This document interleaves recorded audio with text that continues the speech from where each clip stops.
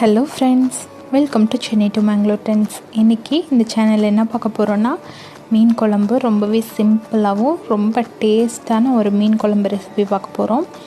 அதுக்கு முன்னாடி நீங்கள் இந்த சேனலுக்கு புதுசாக இருந்தீங்கன்னா இந்த சேனலை நீங்கள் சப்ஸ்கிரைப் பண்ணிக்கோங்க. கூடவே வர பெல் பட்டனையும் கிளிக் பண்ணிக்கோங்க. அதில் வர ஆளுங்கிற ஆப்ஷனையும் செலக்ட் பண்ணிக்கோங்க. அப்போ தான் நோட்டிஃபிகேஷன் உங்களுக்கு வரும். இப்போது ஒரு மண் சட்டியில் 2-3 டேபிள் ஸ்பூன் அளவுக்கு நல்லெண்ணெய் ஊற்றிக்கணும். அதில் 1 டீஸ்பூன் கடுகு உளுந்த பருப்பு, கருவேப்பிலை ஒரு கொத்து சேர்த்துக்கோங்க. 2 பச்சை மிளகாயை கட் பண்ணி சேர்த்துக்கலாம்.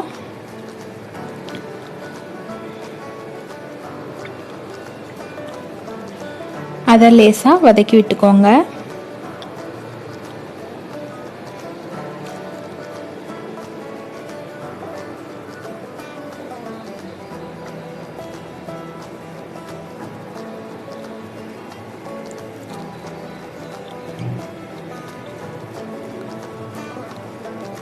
இப்போ இதில் ஒரு கை அளவுக்கு பூண்டு உரித்து வச்சுருக்கேன், அதை சேர்த்துக்கலாம்.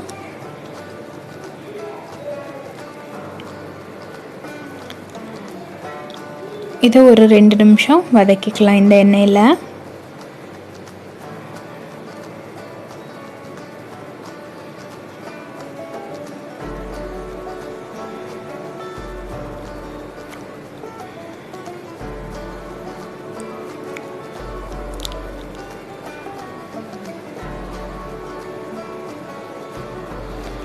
இப்போது 2 கை அளவுக்கு சின்ன வெங்காயம் உரித்து வச்சுருக்கேன்.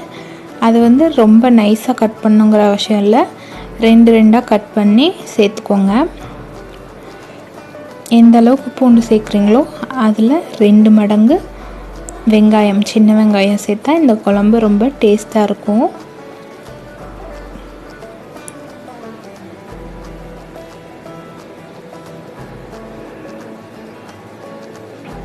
இதில் நம்ம எதுவுமே அரைச்சி ஊற்ற தேவையில்லை. இப்போ வெங்காயம் நல்லா இந்த அளவுக்கு வதங்கிருச்சு. 2 மீடியம் சைஸ் தக்காளி கட் பண்ணி வச்சுருக்கேன், அதையும் சேர்த்துக்கலாம். இந்த தக்காளி நல்லா மசிஞ்சு வதங்கணும், அந்த அளவுக்கு வதக்கிக்கலாம். இது வதங்கிறதுக்கு தேவையான அளவு உப்பு சேர்த்துக்கலாம்.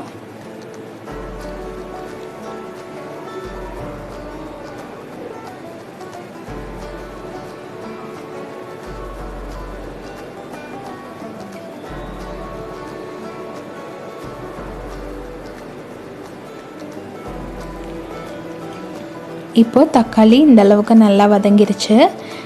இப்போ நம்ம குழம்புக்கு தேவையான மசாலா எல்லாம் ஆட் பண்ணிடலாம்.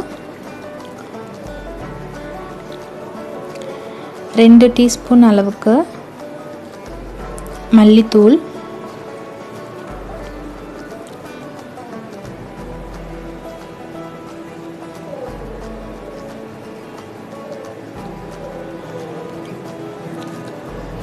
1 ஸ்பூன் சீரகத்தூள், 1 ஸ்பூன் மிளகாய்த்தூள்,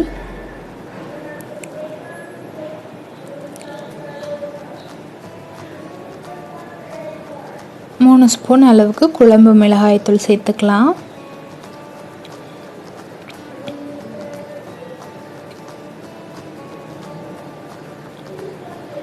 இதை நல்லா இந்த எண்ணெயிலேயே ஒரு தடவை வதக்கி விட்டுட்டு, ஒரு லெமன் அளவுக்கு புளியை கரைச்சி இதில் ஊற்றி நல்லா ஒரு கொதி விட்டுக்கலாம்.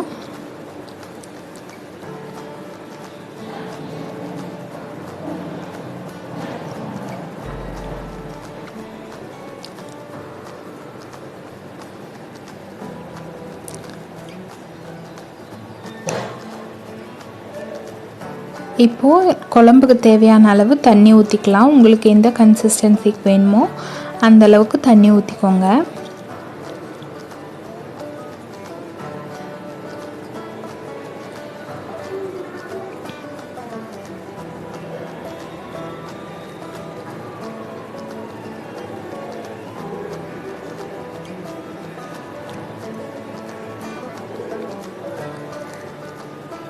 குழம்பு இந்த கன்சிஸ்டன்சிக்கு இருந்தால் நல்லாயிருக்கும். கொதித்து நல்லா வரும்போது சாதத்தில் போட்டு பிசைஞ்சு சாப்பிட்ற அளவுக்கு வரும்.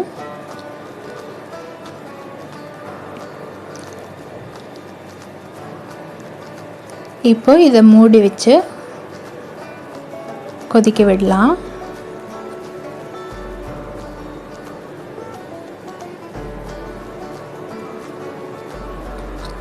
இப்போ இந்த குழம்புல நல்லா கொதி வந்துருச்சு. இந்த ஸ்டேஜில் காய வச்ச மாங்காய் துண்டு 2 சேர்த்துக்கிறேன். மாங்காய் வத்தல்னு சொல்லுவாங்களே அந்த மாதிரி இருக்கிறது 2 சேர்த்துக்கிறேன். இது ஆப்ஷனல் தான், இருந்துச்சுன்னா சேர்த்துக்கலாம். உங்கள்கிட்ட பச்சை மாங்காய் இருந்தாலும் அதையும் சேர்த்துக்கலாம். இப்போ குழம்பு நல்லா காஞ்சிருச்சு. இப்போ நம்ம மீனை இதில் ஒவ்வொன்றா சேர்த்துக்கலாம்.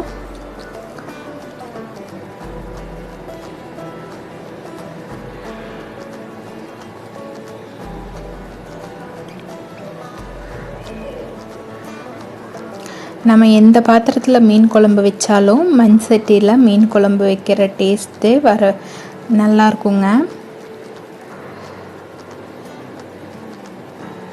மீன் குழம்போட டேஸ்ட்டு டபுள் ஆகும். இப்போது இதை மூடி வச்சிடலாம் ஒரு 5 நிமிஷத்துக்கு.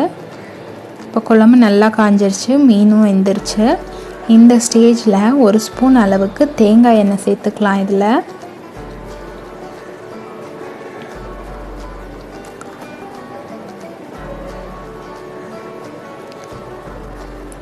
இப்போது ஒரு கொத்து கருவேப்பிலையை இந்த மாதிரி நல்லா கசக்கிட்டு இதில் சேர்க்கும்போது அதோட ஃப்ளேவர் ரொம்ப டேஸ்ட்டாக இருக்குங்க. இப்போது இதை மூடி வச்சு 1 நிமிஷம் மட்டும் சிம்மில் வச்சு ஸ்டவ் ஆஃப் பண்ணிடலாம்.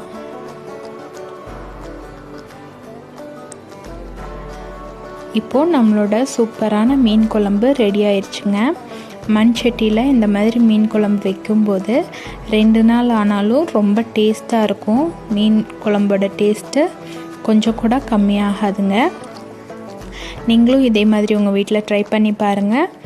இந்த ரெசிபி உங்களுக்கு பிடிச்சிருந்ததுன்னா லைக் பண்ணுங்கள், ஷேர் பண்ணுங்கள். இந்த ரெசிபியை பற்றின உங்களோட கமெண்ட்ஸை கமெண்ட் பாக்ஸில் சொல்லுங்கள்.